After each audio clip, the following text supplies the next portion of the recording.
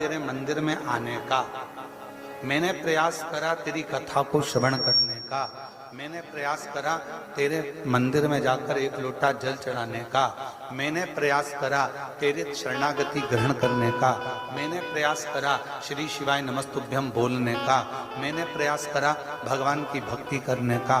जब अपन प्रयास करेंगे तो ये निश्चित है कि भगवान देव अधिदेव महादेव करुणा जरूर करेंगे, ये निश्चित है।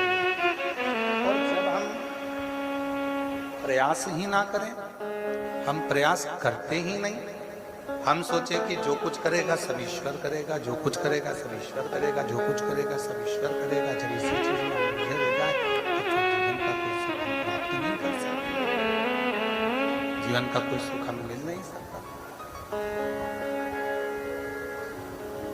तेरे मंदिर में आना मेरा काम है और मेरी बिगड़ी बनाना तेरा।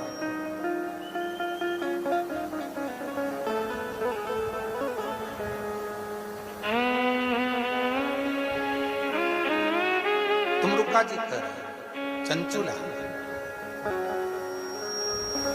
जितना मनुष्य के बस में होता है उतना यदि मनुष्य अपना कर्म करते हैं, जितना मनुष्य के बस में,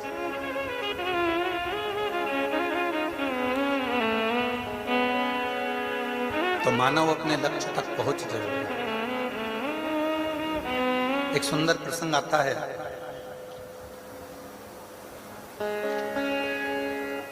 एक त्रिकारी नाम का एक केवट था। शिव महापुराण का बड़ा सुंदर प्रसंग है। केवट का नाम था त्रिकारी।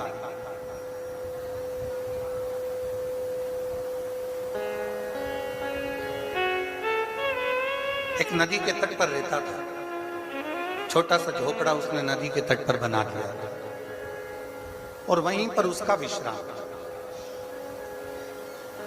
कोई पथिक आता, आवाज लगाता, केवट भैया हमको पार कर दो, वो पार कर दो। पर उसका एक नियम बड़ा प्रबल था।